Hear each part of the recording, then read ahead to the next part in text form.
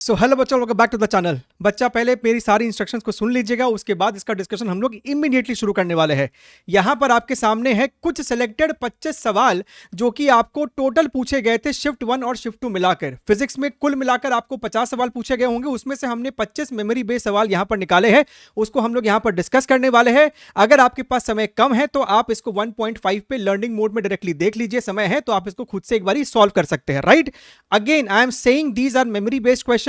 तो भैया जिन्होंने पेपर दिया है आपको लगेगा कि सवाल का डेटा सर इधर उधर है, लेकिन जिनका पेपर आने वाला है उनके लिए यहां से मेन लर्निंग है कि भैया किस प्रकार का सवाल जो कि थोड़े से भी आपको ठीक ठाक सवाल थे तो उसको हम कैसे अप्रोच मार सकते थे, और आपको यह भी कॉन्फिडेंस आएगा कि यस सर सारे सवाल हमको जो थे वो डुएबल थे, right. Make sure to hit the like button, और नए हो तो आप इसको यहां पर सब्सक्राइब कर लीजिएगा।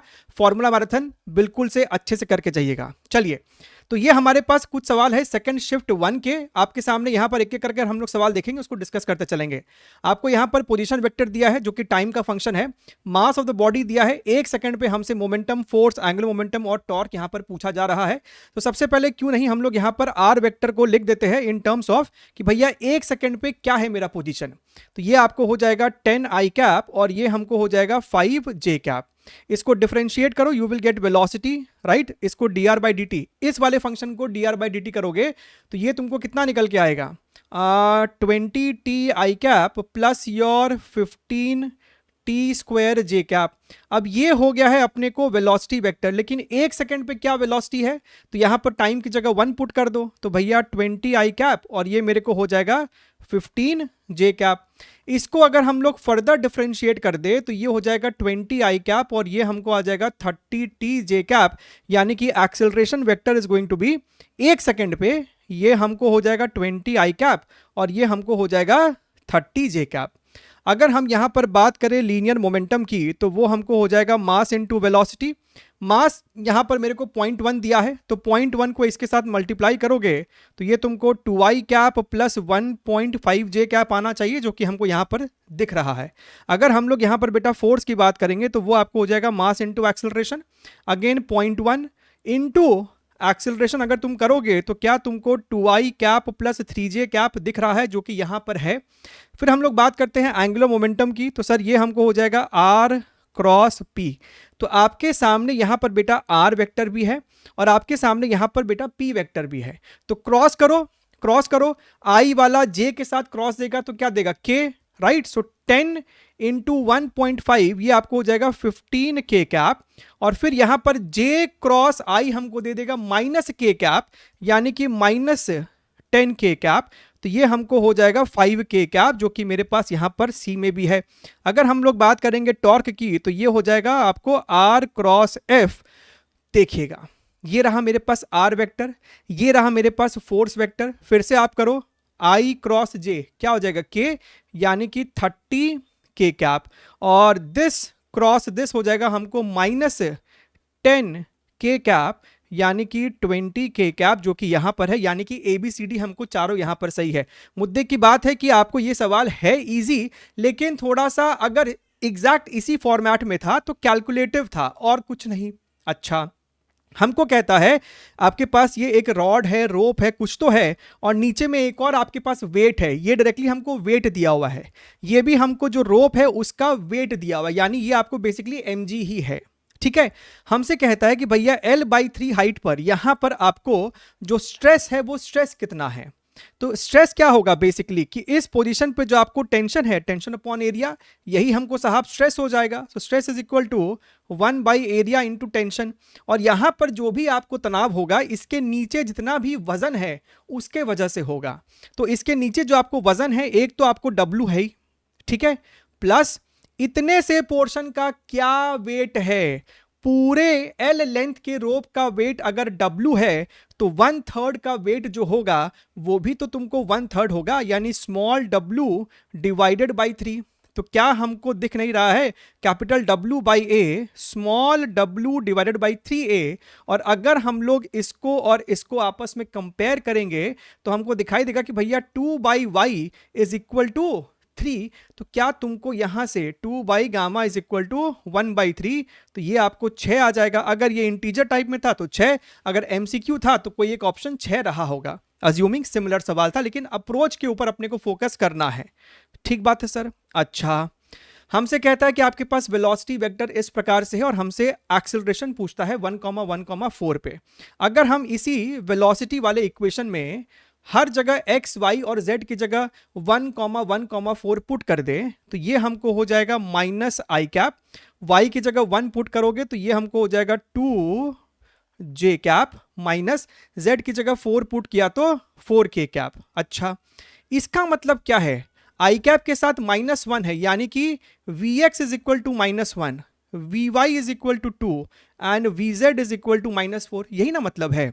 अब अगर हम लोग इसको दोनों तरफ टाइम के रिस्पेक्ट में डिफरेंशिएट कर देंगे तो ये हमको हो जाएगा -dx/dt, यानी कि Vx I cap plus 2 Vy cap minus Vz k cap. अच्छा, इस पोजीशन पर Vx, Vy और Vz की वैल्यू मेरे पास ऑलरेडी है, तो Vx की वैल्यू -1 है तो यहां पर -1 डालोगे तो ये इफेक्टिवली आई कैप बचेगा। Vy 2 है, यहां पर 2 डालोगे तो ये आपको 4j कैप बचेगा। Vz -4 है, यानी कि आपको 4k कैप बचेगा, और यही मेरे को एक्सेलरेशन है। लेकिन हमसे बंधु एक्सेलरेशन का पूछा है मैग्नीट्यूड, यानी 1 + 16 + 16 यानी कि √33। अगर कोई ऐसा ऑप्शन रहा होगा तो कर देंगे, लेकिन मिला जुला के अप्रोच इसका आपको इस प्रकार से आप निपटा सकते थे सवाल को। चलिए अगला सवाल देखते हैं, क्वेश्चन नंबर 4। ठीक है, बढ़िया से देखिएगा, आपको बड़े ही डुएबल टाइप्स है। हमसे कहता है कि आपके पास एक वुडन क्यूबिकल ब्लॉक है जिसका रिलेटिव डेंसिटी 0.4 है और उसका साइड लेंथ हमको 10 सेंटीमीटर है। अच्छा, यहां पर आपके पास पानी वानी है और हमारे को क्यूब है और वो आपको फ्लोट कर रहा है, कुछ पोर्शन अंदर है, कुछ पोर्शन आपको नीचे भी है। अच्छा, इसका टोटल जो साइड लेंथ है ना वो हमको दे रखा है जनाब 10 सेंटीमीटर। फिर आपने इसके ऊपर रख दिया एक कॉइन।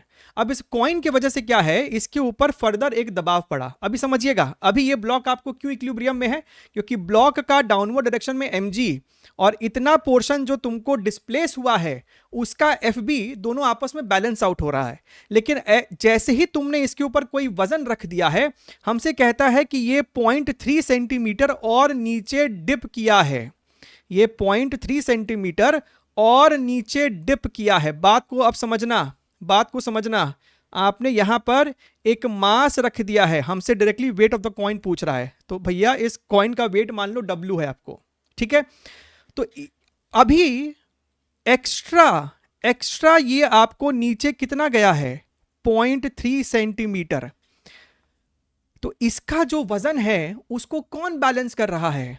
ये जो एक्स्ट्रा पोर्शन पे तुमको अपवर्ड बॉइंट फोर्स लग रहा है, दैट्स इट।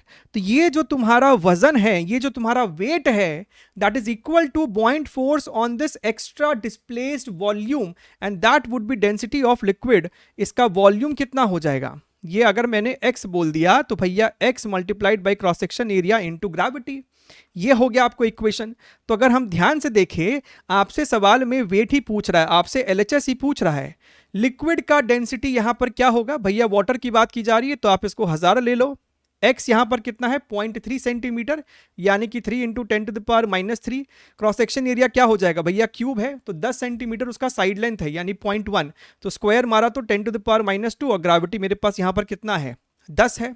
अगर हम ध्यान से देखें तो ये दोनों आपस में मरेगा, ये आपको मरेगा तो 10⁻⁻1 आएगा, तो ये हमको मिला जुला के भैया 0.3 न्यूटन, यानी कि ऑप्शन नंबर 3 हमको यहां पर दिखाई दे रहा है। क्लियर एकदम, बिल्कुल डुएबल सवाल था आपके एग्जामिनेशन के अंदर। देखिए जबरदस्ती सवाल को लंबा बनाने का तरीका है। हमको यहां पर यह सिचुएशन दिया है, एक और सिचुएशन दिया भैया, सेंटर पे फील्ड का रेशियो पूछ रहा है दोनों केसेस में।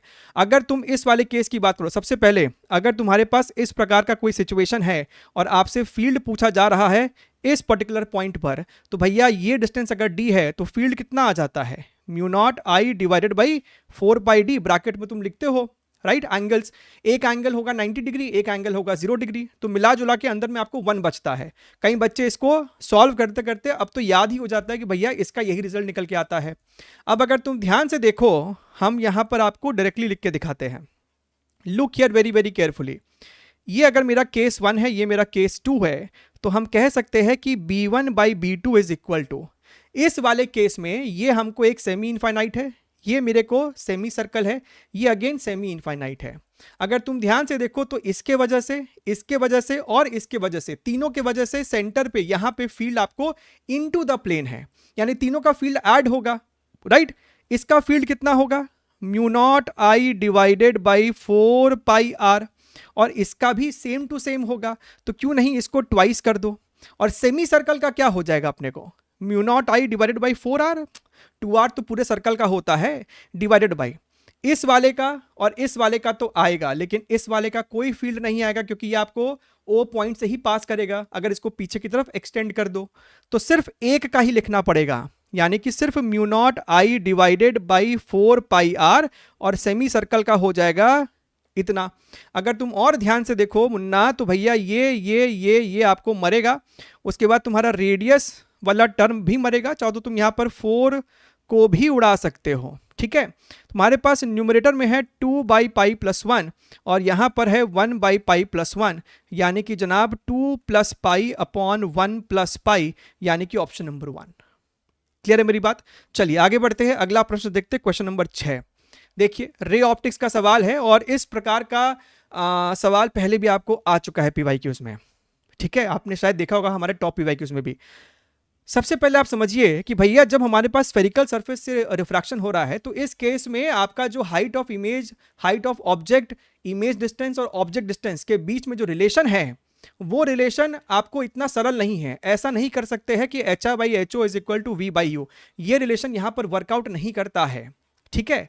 अगर आपको याद है तो बहुत ही बढ़िया है, नहीं तो आप इसको एग्जामिनेशन में क्विकली एक डायग्राम लिख के डिराइव कर सकते हो। हाइट ऑफ ऑब्जेक्ट है, सपोज कीजिए ये आपको इस प्रकार से कुछ तो बना, this is your height of image, ये मेरे को इमेज डिस्टेंस, ये मेरे को ऑब्जेक्ट का डिस्टेंस है, ये मेरे को एंगल θ1 है, ये मेरे को एंगल θ2 है, ये आपका रिफ्रैक्टिव इंडेक्स n1, ये मेरे को n2 है। अच्छा अब देखिएगा यहां पर अगर तुम ध्यान से देखो तो तुम्हारे को यहां पर you will apply Snell's law.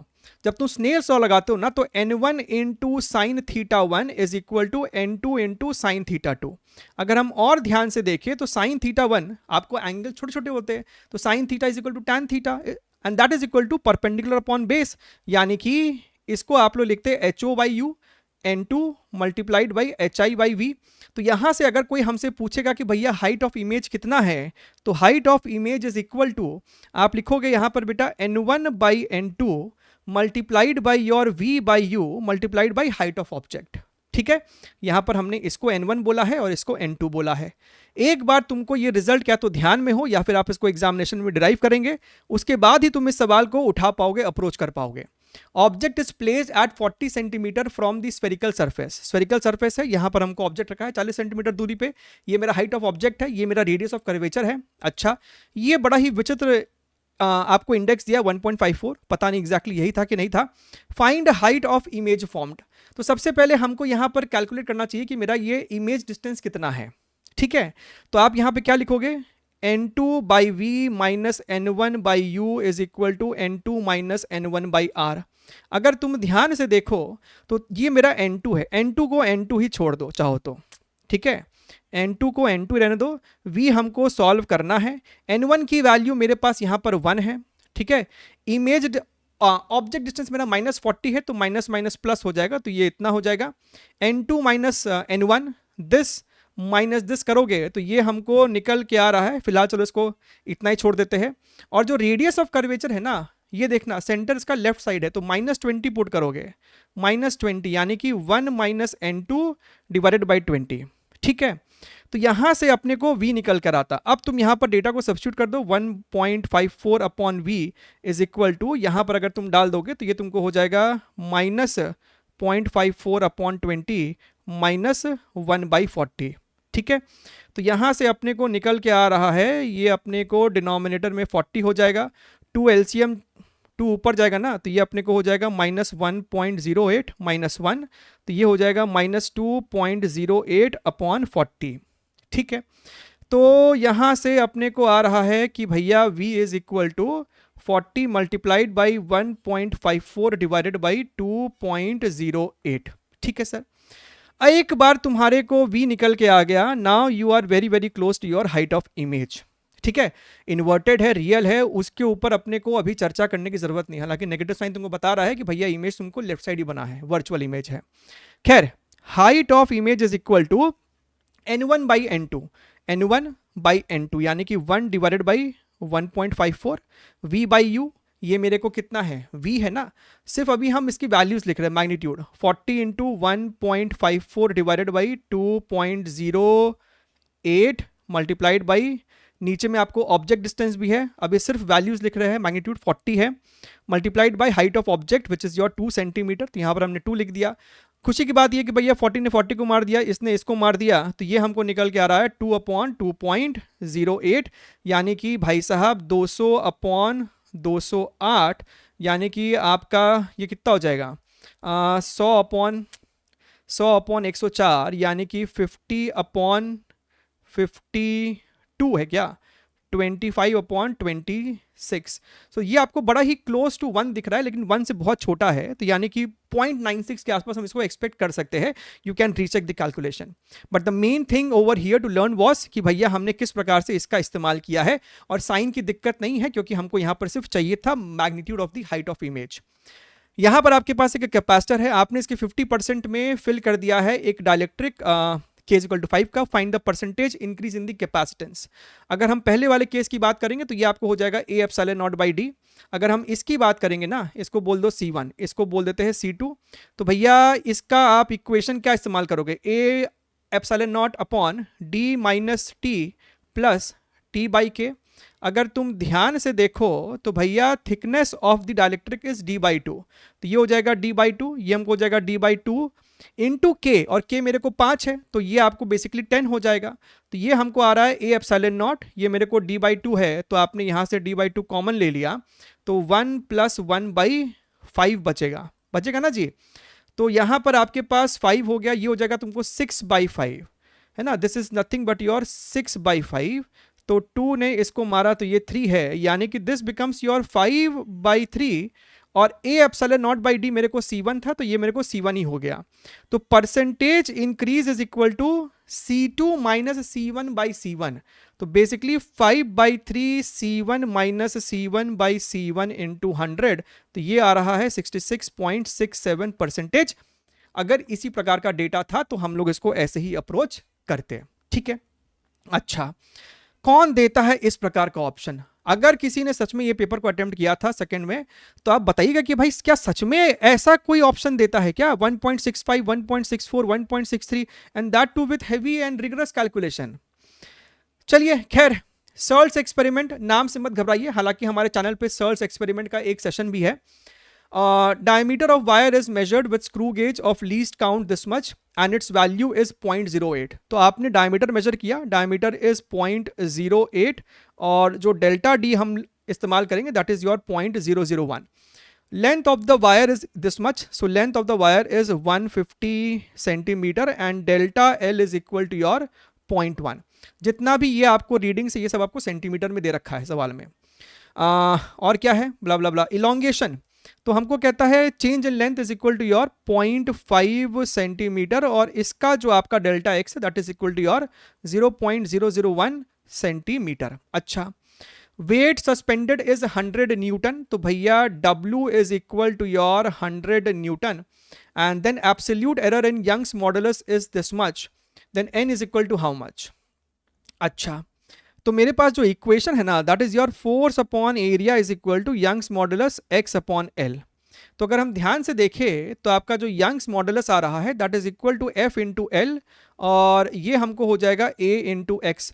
F हमारे को फिक्स वैल्यू है, इसमें आपको कोई एरर नहीं है। तो आप जब यहाँ पे डेल्टा y बाई वाई करोगे तो चुपचाप से delta L by L, delta L by L plus delta A by A plus delta x by x. अब क्रॉस सेक्शन एरिया को तुम लिख सकते थे पाई डी स्क्वायर बाई 4, तो आप अगर डेल्टा ए बाई ए को देखोगे तो वो basically 2 delta D by D भी हम लिख सकते थे, बिल्कुल लिख सकते थे जनाब। तो यहाँ पर हम लोग इसको लिख सकते हैं। अब डेटा को आप है ना यहाँ पे सब्स्टिट्यूट कर ही दो। डेल्टा एल कितना है मेरे को 0.1 है, तो 0.1 डिवाइडेड बाई 150 प्लस इसकी जगह हम इस वाले टर्म को लिख सकते थे 2 इंटू डेल्टा डी मेरे पास यहाँ पर है 0.001 divided by your 0.08 plus and delta x by x ये वाला टर्म है, यानी कि 0.001 डिवाइडेड बाई योर 0.5, ये हुआ है ये वाला टर्म। लेकिन हमको चाहिए यहाँ पर पता है क्या, डेल्टा वाई, अपने को चाहिए डेल्टा वाई, यानी कि इस पूरे को हम लोग मल्टीप्लाई करेंगे वाई के साथ। हमें चाहिए सिर्फ एरर इन यंग्स मॉडुलस, तो हमें वाई चाहिए, तो पहले इसको भी सॉल्व करना पड़ेगा। समझ रहे हो कितना कैलकुलेटिव बना दिया सवाल को जबरदस्ती के लिए।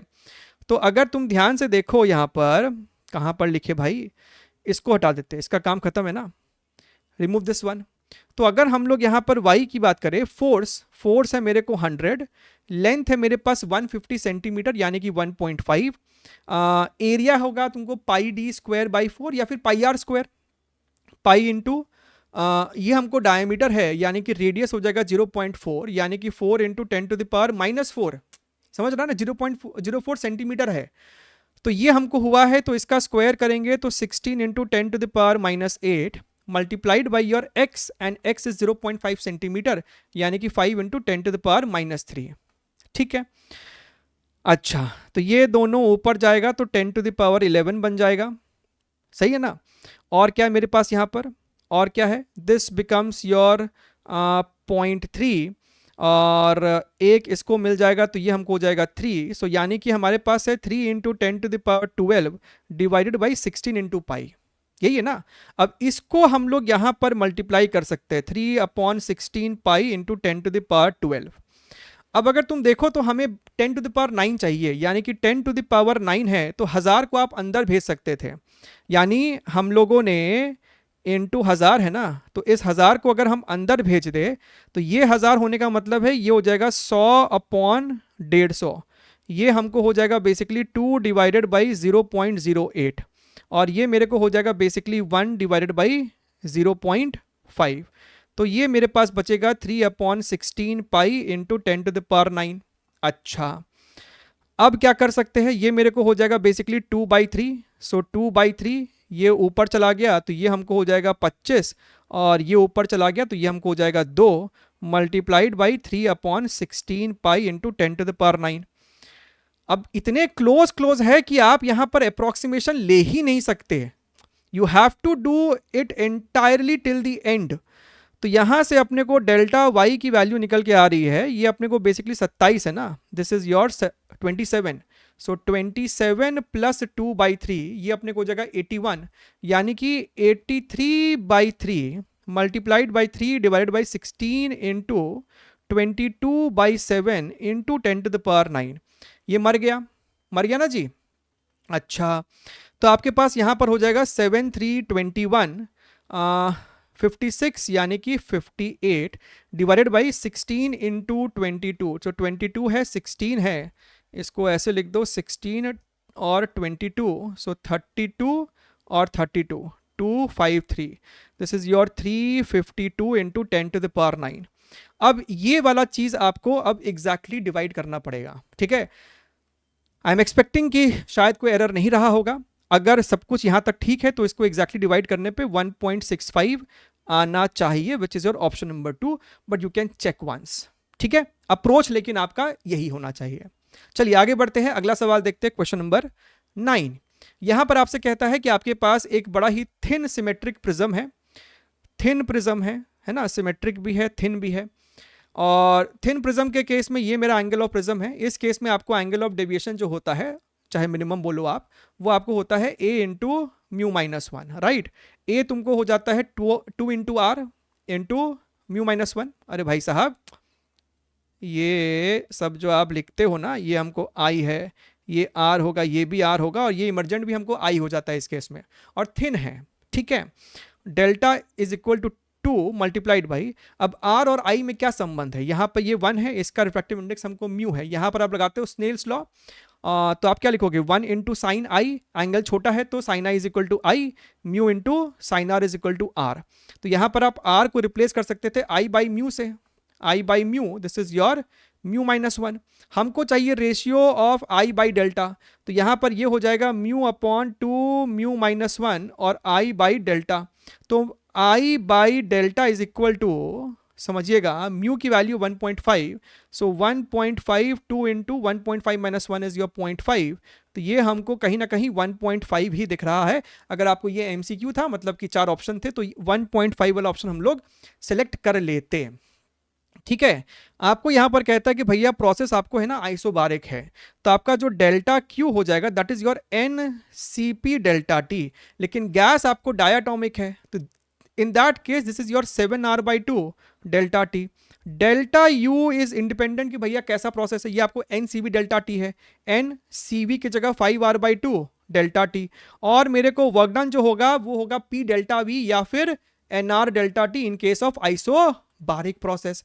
तो अगर तुम रेशियो देखोगे इनका, तो ये वाला ये और यहां पे आपको बेसिकली 1 मल्टीप्लाइड है, सो 7R/2 is to 5R/2 is to 1, यानी कि 7:5:2। Option number 4 is the correct answer.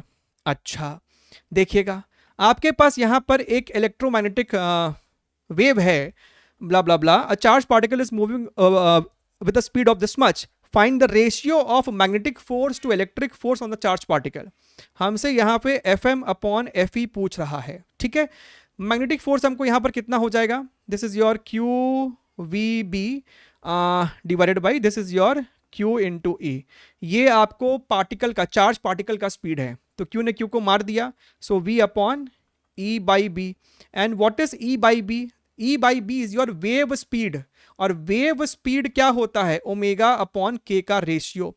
अच्छा, V की वैल्यू बेटा इतना है 1.5 इंटू 10⁶। ओमेगा की वैल्यू आपको यहां पर कितनी है 10⁸ डिवाइडेड बाई, तो K बेसिकली ऊपर चला गया, और K की वैल्यू यहां पर कितनी है, अगर तुम ध्यान से देखो, if you look very very carefully, तो पाई मल्टीप्लाई होता, so basically omega is pi into this and K is pi into 1/50। तो यहां पर ये आपको हो जाएगा π/150, लेकिन ये जो आपको x है ना वो सेंटीमीटर में था, तो आप इसको 1.5 लिखेंगे ताकि ये 1.5 सेंटीमीटर आपका हो जाए। तो पाई ने पाई को मार दिया, 1.5 ने 1.5 को मार दिया, तो ये आपको 10⁻², यानी कि ऑप्शन नंबर 2 निकल कर आ जाएगा। Be very very careful with your calculations.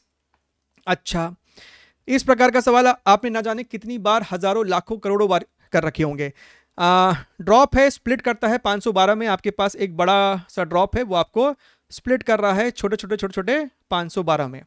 तो इसका रेडियस आपको कैपिटल R है और इंडिविजुअल्स का आपको स्मॉल r है, तो you will equate the volumes to find the value of small r। तो आप यहां पर बोलोगे कि भैया 4/3 πr³ is equal to 512 into 4/3 πr³। तो ये दोनों आपको यहां से मर जाएगा, so r is equal to basically 8 into small r। हमसे पूछता है find the change in surface energy, तो भैया delta U is equal to U final minus U initial. Finally मेरे पास 512 ड्रॉप्स है, और ईच ड्रॉप का एनर्जी हो जाएगा S into 4 small r square, and small r is R/8, यानी कि R²/64 माइनस शुरुआत में आपको सिर्फ इतना ही सरफेस एनर्जी था। अच्छा, ये इसको मारेगा तो ये हमको 8 हो जाएगा, ये वाला टर्म आप कॉमन लेंगे तो 8 - 1 7 हो जाएगा, यानी कि 7 इंटू 4 28 S/r²। सो 24 इंटू S की वैल्यू है आपको यहाँ पर 0.08, पाई 3.14 ले लो, एंड कैपिटल R की वैल्यू कितनी है, डायमीटर 2 मिलीमीटर है, मतलब रेडियस 1 मिलीमीटर, यानी 10⁻⁻6। अच्छा, तो आप सिर्फ इस वाले टर्म को आपस में मल्टीप्लाई करके एक बार चेक कर लो कि भैया क्या आपको ये वाली वैल्यू आ रही है कि नहीं आ रही है। ठीक है, मुद्दे की बात है, इसका अप्रोच अपने को क्लियर होना चाहिए।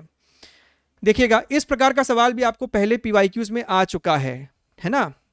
कहता है if power dissipated in a coil having total number of turns capital N, cross section area A and radius of the coil is R।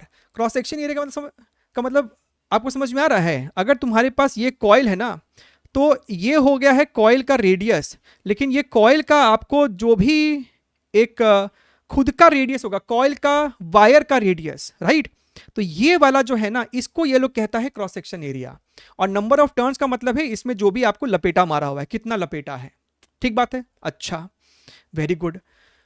तो भैया यहां पर आपको ये कॉइल आपको रखा हुआ है टाइम वेरिंग मैग्नेटिक फील्ड में, जिस कारण से इस कॉइल में आपको एक पावर डिसिपेशन हो रहा है कैपिटल पी का ना। Power dissipation is nothing but induced EMF का स्क्वायर अपॉन रेजिस्टेंस। ठीक है, इसको हमने कह दिया रेजिस्टेंस ऑफ द वायर। अब समझिएगा, induced EMF is nothing but d phi by d t. Negative sign को हटाओ एक बार के लिए, तो d phi by d t में आपका फाई कितना हो जाएगा, field into area into number of turns, right.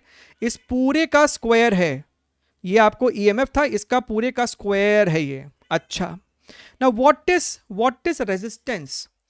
Resistance my dear friend, आप चाहो तो इसको लिख दो पूरे को डिनोमिनेटर में डी बाई डी टी। अच्छा, एरिया और ये है आपका लूप का area, this area is not cross section area, ये है आपको लूप का एरिया। तो एरिया और नंबर ऑफ टर्न्स को बाहर निकाल दो, तो ये आपको हो जाएगा ए एन इंटू ए, और ए क्या हो जाएगा पाई आर स्क्वायर, लूप का जो रेडियस है, और ये आपको हो जाएगा d B by d t. तो भैया आपका जो टाइम वेरिंग मैग्नेटिक फील्ड है ना, वो पहले जितना था बाद में भी आपको उतना ही रहा है। This term is your constant, right. D B by d t आपको फिक्स्ड है, और इस पूरे के ऊपर आपको स्क्वायर भी है, तो इस पूरे पे स्क्वायर है और इस वाले टर्म पे भी आपको स्क्वायर है, डिवाइडेड बाई रेजिस्टेंस। रेजिस्टेंस तुमको होता है rho into L. Now what is length, length कितना हो जाएगा, circumference multiplied by number of turns N into 2 pi R divided by cross section area. तो ये वाला कैपिटल ए हम लोग यहां पर क्रॉस सेक्शन एरिया को लिख रहे हैं, इसको चाहो तो ए प्राइम कर देना। ठीक है, अच्छा अब देखिएगा, ये आपका टर्म कांस्टेंट है, हमको चाहिए basically proportionality, power is proportional to n, मेरे लिए इंपॉर्टेंट है। सो न्यूमरेटर में एन स्क्वायर है, आपके पास आर टू द पावर 4 है, डिवाइडेड बाई नीचे में आपके पास एन है, आपके पास नीचे में आर है, और ये ए ऊपर जाएगा तो आपके पास एक ए है। ठीक बात है सर, एन ने इसको मारा, आर ने इसको मारा, ये आपको क्यूब हो गया है। So power is basically proportional to N into R cube into A, यानी कि हम कह सकते हैं कि P2 by P1 is equal to N2 by N1 and so what is N2, 2N, N1 is N. What is radius of the coil, 3R. So this is your 3R, और पहले R रहा होगा तो whole cube है, and area की बात करेंगे तो बाद में आपको 2A है और पहले आपको A था। तो अगर हम ध्यान से देखें तो यहां पर आपको ये जो P2 है, P1 इधर चल जाएगा, यानी P मल्टीप्लाइड बाई N ने N को मारा, सो 2 मल्टीप्लाइड बाई 27 मल्टीप्लाइड बाई 2, तो ये 54 है, यानी कि 108 into P, which is your option number 108(1). ठीक है, चलिए अब हम लोग यहां पर देखते हैं कुछ selected questions of second shift 2। हमको यहां पर कहता है कि भैया सेंटर ऑफ मास का क्या डिस्प्लेसमेंट है 2 सेकंड के बाद। सबसे पहले आपको समझना पड़ेगा कि भैया इनका इंडिविजुअल एक्सेलरेशंस आपको क्या क्या है, and that is equal to your m2 minus m1, Atwood machine है ना, m2 minus m1 upon m1 plus m2 into gravity. ये आपको क्या हो जाएगा 2 minus 1 upon 2 plus 1 into your gravity, यानी कि साहब g/3। अब तुम यहां पर निकालोगे कि भैया आपका सेंटर ऑफ मास का एक्सेलरेशन कितना है, m1 a1 vector, m2 a2, हम लोग डाउनवर्ड को नेगेटिव लेने वाले हैं तो इसकी बात करेंगे। सो 2 इंटू इसका एक्सेलरेशन तुम लिखोगे -g/3 प्लस इसकी बात करोगे तो भैया 1 इंटू प्लस g/3, और दोनों मासेस का सम। इसको सॉल्व किया तो ये आपको आ जाएगा -g/9। नेगेटिव साइन बताता है कि सेंटर ऑफ मास का एक्सेलरेशन जो है वो आपको डाउनवर्ड डायरेक्शन में है। अच्छा, इनिशियली सिस्टम आपको रेस्ट पे था तो इनिशियल सेंटर ऑफ मास का वेलोसिटी भी आपको 0 ही होने वाला है। तो भैया सेंटर ऑफ मास का जो तुमको डिस्प्लेसमेंट होगा that is equal to your ut plus half at square. u centre of mass का 0 है तो ये आपको हो जाएगा half into g/9, this is your g/9, and time is your 2 seconds, तो 2 का स्क्वायर कर दिया तो ये तुमको निकल के आ जाएगा 20/9, लेकिन डाउनवर्ड डायरेक्शन में, क्योंकि सेंटर ऑफ मास का एक्सेलरेशन भी आपको डाउनवर्ड्स था। सेम सवाल तुमसे जनवरी अटेम्प्ट में पूछ चुका है, ये आपको ओमेगा से घूम रहा है, ये इसको पुश करेगा नॉर्मल से ऐसे, ये इस पे लगेगा आपको धरती माँ का प्रेम mg, और यहाँ पे फ्रिक्शन लग रहा है ऊपर की तरफ। ठीक बात है sir. So normal is providing the necessary centripetal force, और फ्रिक्शन जो है वो ब्लॉक को नीचे गिरने से रोक के रखा हुआ है। ठीक बात है सर। तो हम क्या कहते हैं कि आपकी फ्रिक्शन की रिक्वायरमेंट mg के बराबर है, तो आपकी जो भी रिक्वायरमेंट है वो आपके मैक्सिमम वैल्यू से कम या उसके बराबर होनी चाहिए, ताकि आपको कोई स्लिपिंग नहीं हो। Right? So required friction is mg and maximum is mu into normal, and normal my dear friend is m omega square r. तो m ने m को मार दिया, तो यहां पर मेरे पास mu की जो लिमिटिंग वैल्यू है that is equal to your g upon r into omega square, यानी कि 10 upon radius is your how much 1, and omega square की बात करेंगे तो भैया ये आपको हो जाएगा 100। This is your 0.1, option number 1। Let's go forward. Question number 16 में आपको यहां पर क्या चल रहा है? An air bubble of radius 1 millimeter is rising up with a constant speed of 0.5 centimeter per second in a liquid of density इतना। तो जनरली क्या होता है कि टर्मिनल वेलोसिटी के सवाल में बॉडी आपको नीचे सिंक कर रहा होता है, and then after some time it achieves terminal velocity. लेकिन यहां पर आपको ये एयर बबल है, ठीक है, ये आपके सामने एक एयर बबल है, एंड आफ्टर सम टाइम इसके ऊपर तुम दो ही फोर्स लोगे, राइट? अंदर से ये आपको सिर्फ हवा है, तो इसके ऊपर एक तुम लोगे बॉइंसी, और ये ऊपर की तरफ इसकी वेलोसिटी होगी, तो इस पे आपको साइड से जो विस्कस फोर्स लग रहा है that is your downward direction. Air का आप मास यहां पर नेग्लेक्ट करके चल रहे हो, तो आपके पास कोई mg वाला फैक्टर है नहीं। बात है टर्मिनल वेलोसिटी की, यानी कि buoyancy is equal to viscous force. So viscous force is my dear friend 6 pi eta rv, and what is your buoyancy? Buoyancy is your density of liquid, volume displaced 4/3 pi r cube into your gravity. अच्छा, तो भैया पाई ने पाई को मार दिया, radius ने एक radius को मारा, तो ये आपको 2 हो जाएगा, दोनों आपको बेसिकली सेम ही है रेडियस। तो यहां से हमको चाहिए कोएफिशिएंट ऑफ विस्कोसिटी, तो n इज इक्वल टू, इसको भी देखोगे तो भैया 2 3 and this is your 2, so 2 rho l radius का square gravity divided by your 9 into your velocity. तो अगर हम ध्यान से देखें 2 into this is your 2000, radius की बात करेंगे तो 1 मिलीमीटर है, तो 10 टू द पावर -6 ये मेरे पास ग्रेविटी है, 9 into speed is this much, and this is nothing but your 0.5 into 10 to the power -2, right? तो अगर हम ध्यान से देखें ये आपको ऊपर जाएगा तो 10 to the power 3, 10 to the power 3 ये हमको मर गया, सो ये ऊपर जाएगा तो हमको कितना हो जाएगा? 2 हो जाएगा ना। सो दिस इज योर 8/9, लेकिन ये आपको SI यूनिट में है, हमको चाहिए पॉइज में, तो इसमें 10 मल्टीप्लाई कर देंगे तो ऑप्शन नंबर 3 मेरा सही जवाब हो जाएगा। याद है ना पॉइजली पॉइज का कन्वर्जन, ध्यान में करो, जनवरी में भी आपको आया था। अब आपको SHM में पोजीशन दिया हुआ है कि भैया ये हमारा x का इक्वेशन है, तो स्पीड और एक्सेलरेशन सबसे पहली बार 0 जिस टाइम पे हुआ था T1 और T2 पे, हमसे वो टाइम यहां पर रेस्पेक्टिवली पूछ रहा है। ये 50 क्या है? 50 यहां पर बेटा आपको ओमेगा है, ठीक है। अच्छा, देखिए सवाल को सॉल्व करने का जो बेस्ट तरीका होगा ना that is going to be your phasor, नहीं तो तुम इसको ऐसे भी कर सकते हो। ये अगर तुम ध्यान से देखो x इक्वल्स टू 0 है, ये मेरे को x इक्वल्स टू a है, आप यहाँ पर t को 0 पुट करोगे ना तो ये आपको आएगा sin 60 डिग्री, यानी कि समय शून्य पर ये पार्टिकल आपको √3a/2 पे है, पार्टिकल आपको ऐसे जा रहा है t इक्वल टू 0 पे, तो पहली बार स्पीड 0 होगी आपको यहां पर। सो बेसिकली यहां से यहां जाने में आपको कितना टाइम लग रहा है? T1, और पहली बार एक्सेलरेशन आपको 0 होगा जब पार्टिकल यहां पहुंचेगा, यानी यहां से यहां जाने में पार्टिकल को कितना टाइम लग रहा है।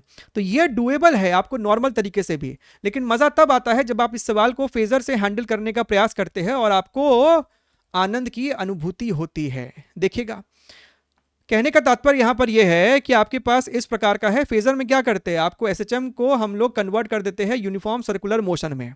अगर तुम ध्यान से देखो तो भैया समय शून्य पर t को 0 पुट कर दोगे तो आपको इनिशियल फेज पार्टिकल के पास π/3 का है, यानी समय शून्य पर पार्टिकल ऑलरेडी यहां पर आपको π/3 एंगल रोटेटेड है। ये आपको समय शून्य की कहानी है।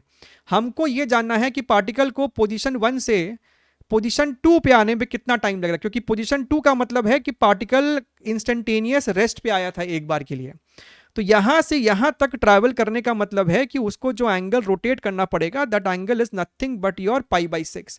Now angle rotated is equal to omega into T. Now π/6 is equal to omega की वैल्यू 50 है, this is your T1, so T1 my dear friend is π/6। 300। तो मेरे पास ये इन दोनों ऑप्शंस में हमको दिख रहा है। लेकिन अगर हमको ये जानना है कि भैया एक्सेलरेशन कब जीरो होगा, वो होगा मीन पोजीशन पर, यानी पार्टिकल आपको घूमते घूमते है ना सर्कल पे यहां से यहां तक आ जाए, तो ये total angle is nothing but your 2π/3। So 2π/3 is equal to 50 omega into T2। तो भैया इसने इसको मारा 25, तो यानी कि T2 इज इक्वल टू π/75, यानी option number 1 is your correct answer. Phasor से जल्दी होगा, नॉर्मल तरीके से भी कर सकते हो, कोई बड़ी बात नहीं है। हमको कहता है कि भैया एक पेपर को जलाने के लिए, जल्दी जलाने के लिए तुमने उसको कॉन्वेक्स लेंस के सामने रखा।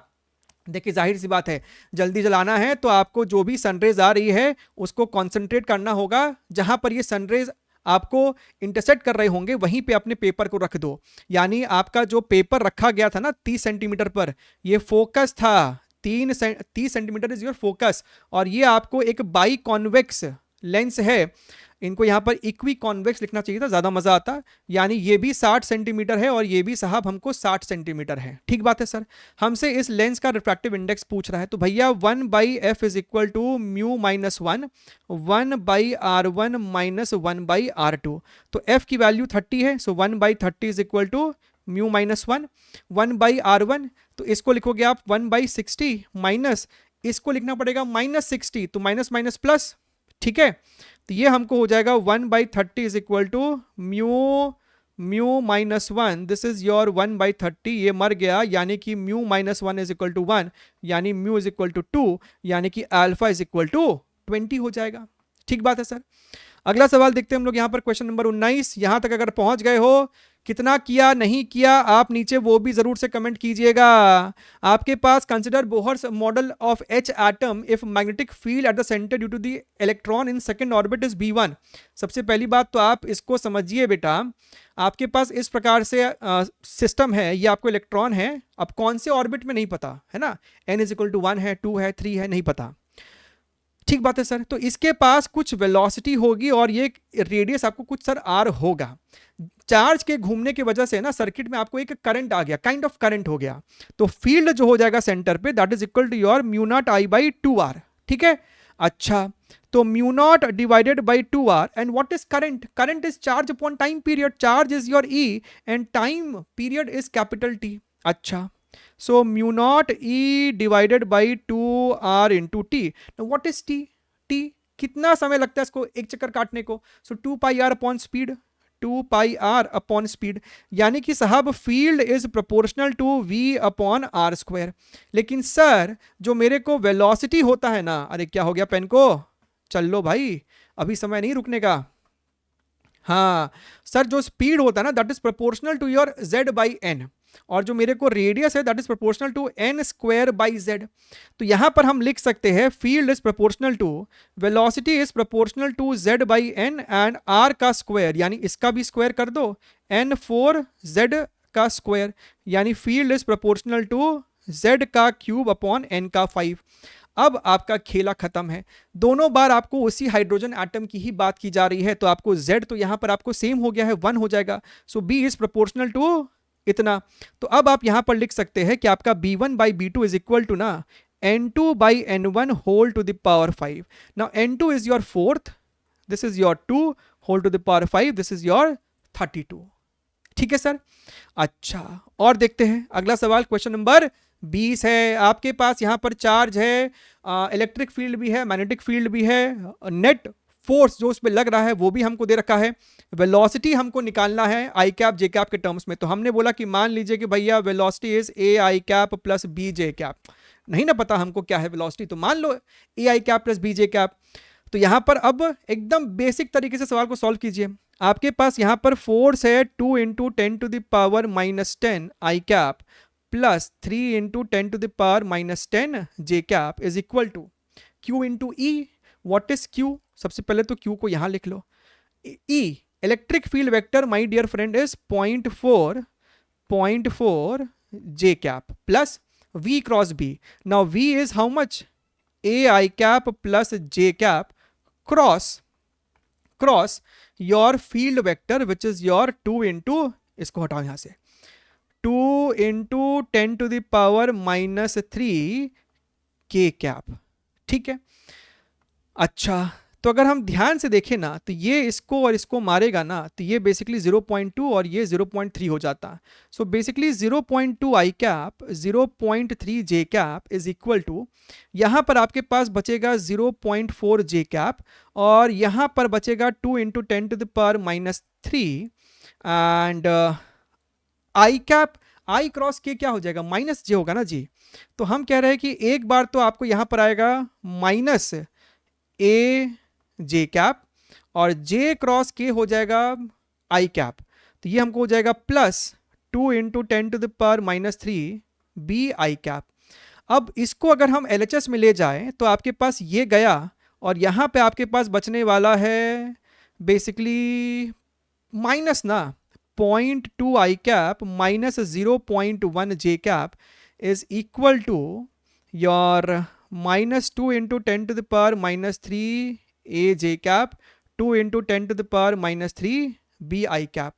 अब आई वाले को आई के साथ कंपेयर करो तो यहाँ पर मेरे पास ये वाला आई है ना एंड कुछ गड़बड़ तो नहीं किया है, आई क्रॉस के आपको माइनस जे कैप है और ये वाला टर्म आपको उधर जाएगा तो -0.1 होना चाहिए। ठीक है, तो 0.2 वाले टर्म को है ना इसके साथ कंपेयर करेंगे तो 0.2 is equal to 2 into 10⁻³ into B, तो ये हो जाएगा 0.1 यानी कि बी की वैल्यू हमको आ जाएगी यहाँ से 100। और जे को कंपेयर करेंगे ना तो ये भी नेगेटिव है ये भी नेगेटिव है, तो चुपचाप से 0.1 को कंपेयर कर लेते हैं 2 इंटू 10⁻³ के साथ इंटू ए। ठीक है, तो ये ए हमको हो जाएगा यहाँ सर 1000/100/2 यानी कि 50। सो 50 और 100 हमको देखने के लिए मिल रहा है। क्या ऑप्शन नंबर 1 मेरे को सही देखने को लग रहा है? ध्यान रखना पड़ेगा कैलकुलेशन पे, लेकिन आप कर सकते थे। यहां पर हमारे पास बेसिकली TIR वाला एंगल है, ये एंगल आपको क्या हो गया है, ये आपको TIR है। ठीक है, तो ये एक इक्विलैटरल ट्राइंगल है, प्रिज्म है, ये 90 डिग्री पे है यानी कि यहाँ पर ये 60 है तो साहब ये हमको हो जाएगा 30 डिग्री यानी ये हमको 60 डिग्री है। इसका इंडेक्स 1.6 है तो 1.6 multiplied by your sine of 60 degree और यहाँ पर आपको ये 90 डिग्रीज है तो साइन 91 हो जाएगा मल्टीप्लाइड बाई इसका इंडेक्स हमको म्यू है, so mu is equal to 1.6 multiplied by your √3/2 यानी कि 0.8 मल्टीप्लाइड बाई 1.732। ये आपको कहीं ना कहीं ऑप्शन नंबर 1 आंसर दे जाएगा। ठीक है, चलिए और क्या है मेरे पास सवाल देखिए, क्वेश्चन नंबर 22 स्टैंडर्ड सवाल है, बहुत बार आपको जाता है, ये आ चुका है। आपसे यहाँ पर पूछता है म्यूचुअल इंडक्टेंस, तो आप क्या करते हो, आप आउटर कॉइल में करंट आई मान के ना, और ये अंदर वाला रेडियस आपको बहुत छोटा होता है, r is much much much much smaller than capital L, तो आउटर कॉइल की वजह से सेंटर पे तुम फील्ड निकालते हो, तो फील्ड निकालने के लिए किसी एक सेक्शन के वजह से तुम फील्ड लिखते हो, तो आप ये वाला डिस्टेंस जो d है, ये d आपको हो जाएगा L/2 और ये दोनों ही एंगल आपको हो जाएंगे 45 डिग्रीज। तो सर किसी एक वायर के वजह से जो फील्ड होगा that is equal to your μ0I divided by 4πd, d is your L/2 and sine 45 degree plus sine 45 degree, right, या cos 45 प्लस cos 45 जो भी तुम लिखते हो, तो ये बेसिकली 1/√2 प्लस 1/√2 ये आपको √2 हो जाएगा। लेकिन ऐसे ऐसे आपको टोटल 4 वायर थे तो इंटू 4 कर दो, ये तुमको हुआ है फील्ड। लेकिन हमको लिखना है अब छोटे वाले लूप में कितना फ्लक्स है, so flux is equal to field multiplied by छोटे वाले लूप का एरिया यानी कि जनाब πr²। तो आई को छोड़ के जितना भी टर्म होता है ना वही मेरे को होता है म्यूचुअल इंडक्टेंस। तो अगर हम ध्यान से देखें 4 ने यहाँ पर 4 को मार दिया, पाई ने आपको यहाँ पर पाई को मार दिया, तो ये आपको हो जाएगा 2√2 μ0r² divided by your L. ठीक है, क्या ऑप्शन नंबर 4 में हमको आंसर दिख रहा है? चलिए अगला सवाल देखते हैं हम लोग, क्वेश्चन नंबर 23। यहाँ पर आपके पास यहाँ पर सवाल में कहता है कि भैया जब इस पोजीशन पर आपको जो इंटेंसिटी है that is 3/4 of the maximum intensity, तो जनरल इंटेंसिटी तुमको होता है I is equal to I max cos square delta 5/2। अब ये हमको कहता है कि दिस इज योर 3/4, ये आपको 3/4 आई मैक्स है और ये मेरे पास ऑलरेडी आई मैक्स है cos स्क्वायर डेल्टा 5/2, तो ये दोनों आपको मरेगा, आप दोनों तरफ रूट ले लोगे तो ये आपको हो जाएगा √3/2। √3/2 का मतलब है कि जो आपको एंगल है ये delta 5/2 that is equal to your π/6। ठीक है, अब यहाँ पे ध्यान ये देना है कि सवाल में शायद आपको मेंशन किया गया होगा maximum intensity P, path difference is this much आपको बेसिकली। तो जो आपको मैक्सिमम इंटेंसिटी यहाँ पर जो आपको इंटेंसिटी 3/4 ऑफ मैक्सिमम इंटेंसिटी है ना, ये पहली बार यहाँ पर हुआ है। समझिएगा, आपको कुछ इस प्रकार का इंटेंसिटी का प्रोफाइल होता है ना। तो पहली बार आपको ये जो 3/4 हुआ है वो यहाँ पर आपको हुआ है, फिर आपको यहाँ पर भी होगा, फिर आपको यहाँ पर भी होगा। तो वो बेसिकली आपको मल्टीपल जगह होगा। तो यहाँ पर हम लोग चाहते तो √3/2 को है ना प्लस माइनस √3/2 लेके, और यहाँ पे आपको मल्टीपल एंगल्स भी आते, लेकिन हम लोग आपको सबसे पहला वाला वो देख रहे हैं, कंसिडर कर रहे हैं। Now this becomes your 3 delta phi का होता है मतलब आपको k delta x, k is your 2π/λ, this is your path difference, ये मेरे को हो जाएगा पाई, पाई ने आपको पाई ने मार दिया, तो यहां से डेल्टा x की वैल्यू आपको हो जाएगी λ/2। कुछ तो गड़बड़ किया है। दिस इज योर √3/2, मतलब कि मेरे पास π/6 होगा। तो ये बेसिकली हमको, अच्छा यहाँ पर 3 भी तो था, तो ये बेसिकली हमको हो जाएगा λ/6, यानी अल्फा की वैल्यू अपने को ऑप्शन नंबर 2 हो जाएगी। क्लियर एकदम। चलिए और देखते हैं second last question of the session. अभी ये सवाल अगर इसी तरीके से पूछा गया है तो इसमें शायद बच्चे लोग थोड़ा सा फंसे होंगे। हमसे कहता है कि आपको पहले S1 जो है वो क्लोज्ड है, S1 क्लोज्ड है और S2 तुमको ओपन है। ठीक बात है।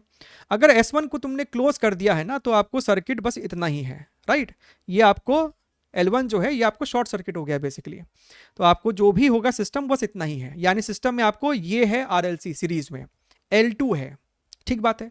और यहाँ पर ये जो आपको एंगल्स दे रहा है ये बेसिकली आपको फेज डिफरेंस है between your supply current and supply voltage. ठीक बात है सर। तो मेरे पास जो इक्वेशन है बेसिकली R, ये मेरे पास होता है XL, इसको बोल देंगे XL2, और ये मेरे पास हो जाएगा बेटा XC। अच्छा, तो आपका जो ये tan थीटा होता है ना, अब डिपेंड करता है कि XL2 बड़ा है कि XC बड़ा है, हमको तो पता नहीं ये सब अभी।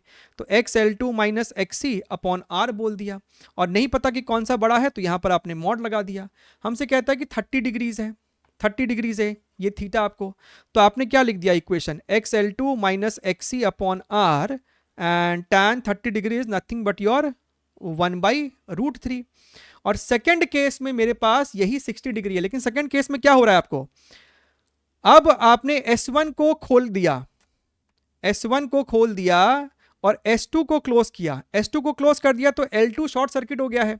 अब ये मेरा सर्किट है, ठीक है, आपके पास ये मेरा सर्किट है आउटर मोस्ट, L2 का कोई लेना देना नहीं है, यानी कि R, C और L1। तो अब हम यहां पर लिखेंगे XL1 minus XC upon R, इसके ऊपर मॉड है, this is equal to tan 60 which is nothing but your √3। अच्छा, अब इन दोनों को आपस में थोड़ा सा सॉल्व करने के हमको कोशिश करनी पड़ेगी। तो यहां पर हम लोग इस वाले इक्वेशन को, तुम चाहो तो दोनों को आपस में डिवाइड भी कर सकता है, तुमको दिख रहा है। If you, this is your equation number 1, ये मेरा इक्वेशन नंबर 2 और 1 है। अगर हम लोग यहाँ पर 2 डिवाइडेड बाई 1 कर दे तो अपने को क्या दिख रहा है, अपने को दिख रहा है XL1 माइनस XC, R मर जाएगा, divided by XL2 minus XC is equal to 3। ठीक है, तो यहां से आपको हो जाएगा XL1 minus XC is equal to 3 times XL2 minus XC। अब तुम्हारे पास जब दोनों तरफ मॉड है ना, तो तुम जब इसको सॉल्व करते हो तो प्लस माइनस दोनों केस आपको बन सकता है, लेकिन हमसे पूछा गया है कि भैया 3L2 माइनस L1 की वैल्यू कितनी है। आप एक बार इसको ऐसे ओपन करते हैं, XL1 minus XC is equal to your 3 times XL2 minus XC।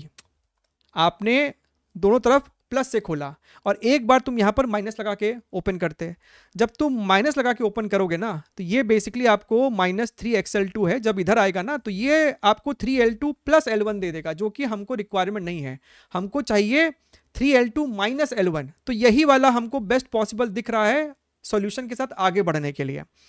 तो अगर हम ध्यान से देखें तो आप इसको लिख सकते थे ओमेगा L1, ये हमको हो जाएगा 1/ओमेगा C is equal to 3 times omega L2, ये हमको हो जाएगा 1/ओमेगा C। तो अगर हम ध्यान से देखें तो ये हमको हो जाएगा 2 times omega C is equal to 3 times omega L2 minus omega L1। Omega omega को मारोगे तो यहाँ पर आपको स्क्वायर आ जाएगा, तो this becomes your 3L2 minus L1 is equal to your 2 divided by omega square into C. अच्छा, ओमेगा की वैल्यू भी सवाल में दी होगी कहीं ना कहीं, तो इक्वेशन रहा होगा मेरे ख्याल से। ओमेगा की वैल्यू 50 थी कि 500 थी, इसी में डाउट है। तो ये हमको हो जाएगा 2 डिवाइडेड बाई सी की वैल्यू मेरे पास है इतनी 10 टू द पावर -4। ओमेगा की वैल्यू को अगर हम लोग 500 था कि 300 था, अगर ओमेगा की वैल्यू को 300 लेके चले सो 9 इंटू 10 टू द पावर 4, मेरे ख्याल से 300 ही रहा था। इसको हटा दो तो यहाँ से आपको ये और ये मरेगा एंड दिस बिकम्स योर 2/9, जो कि मेरे पास ऑप्शन नंबर 1 में है। मुद्दे की बात है कि सवाल आपको, ये जो एक सवाल है ना, ये सवाल अगर इसी लैंग्वेज में है तो ये आपको फंसा सकता था पेपर के अंदर। आपके पास यहाँ पर एक पार्टिकल है, आपने उस पार्टिकल को किसी हाइट से जो कि आपको 20 मीटर है, आपने इसको ड्रॉप किया। इनिशियल स्पीड 0 थी, ये जाता है गिरता है गिरता है और थोड़ा सा इस रेत को चीरते हुए यहाँ तक आता है। ये फर्दर नीचे आपको गया था 10 सेंटीमीटर, बोले तो 0.1 मीटर।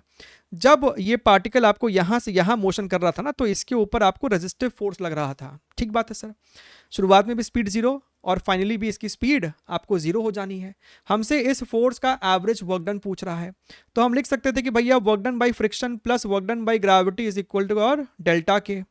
सो फ्रिक्शन का वर्क डन कितना हो जाएगा, फ्रिक्शन ऊपर लग रहा है, डिस्प्लेसमेंट पार्टिकल का यहाँ से यहाँ नीचे है, यानी कि -F इंटू 0.1 प्लस mg, तो पार्टिकल का मास 1 है, तो इसके ऊपर जो mg लग रहा है that is equal to your 10 newton, यानी कि साहब 10 इंटू और यहाँ से पूरा यहाँ तक का displacement 20.1 is equal to delta K. आपको 0 है, शुरुआत में भी स्पीड 0, बाद में भी आपको स्पीड 0 है।